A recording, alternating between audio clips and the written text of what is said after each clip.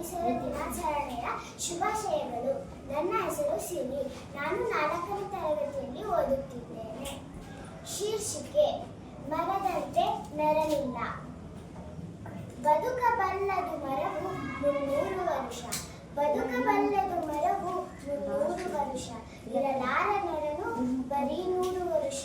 ಇರಲಾರ ನೆರಳು ಬರೀ 100 ವರ್ಷ. ಬಿಸಿಲ ಬೇಗೆಗೆ ಬೆಂದು ಚಳಿ ಮಳೆಯಲ್ಲಿ ನೆಂದು, ಬಿಸಿಲ ಬೇಗೆಗೆ ಬೆಂದು ಚಳಿ ಮಳೆಯಲ್ಲಿ ನೆಂದು, ಕೊಳೆತ ಕಸಗೊಬ್ಬರ ತಿಂದು ಬಾಳುವ ಮರಕ್ಕೆ ಸಾಟಿ ಇಲ್ಲದ ನರನ ಬದುಕಿಗಿದು ನಾಚಿಕೆ.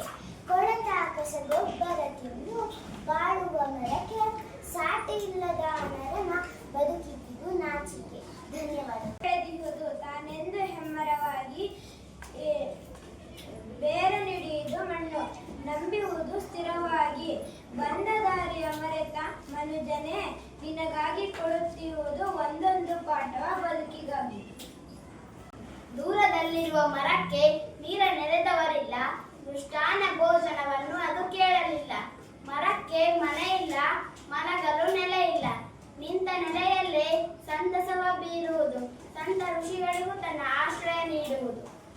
ಎಲ್ಲ ಕಡೆ ಇದ್ದ ಮನುಜ ಮರಕ್ಕೇನೂ ಕೊಡಲಿಲ್ಲ, ಏನೂ ಪಡೆಯದ ಮರವು ಕೊಡುವುದನ್ನು ಬಿಡಲಿಲ್ಲ. ಮಡದಿಗೊಂದು ಹೂವ ಮುಡಿಸಿ, ಮಗುವಿಗೊಂದು ಹಣ್ಣ ತಿನಿಸಿ, ಮನೆಗೆ ಒಂದು ತೊಲೆಯನ್ನಿಟ್ಟು ಸೂರು ಕಟ್ಟಿದ್ದು ಮರದಿಂದ. ಕೊನೆಗೆ ಅಡಿಗೆ ಮಾಡಿ ತಿನ್ನುವ ಅನ್ನ ಬೆಂದದ್ದು ಮರದಿಂದ.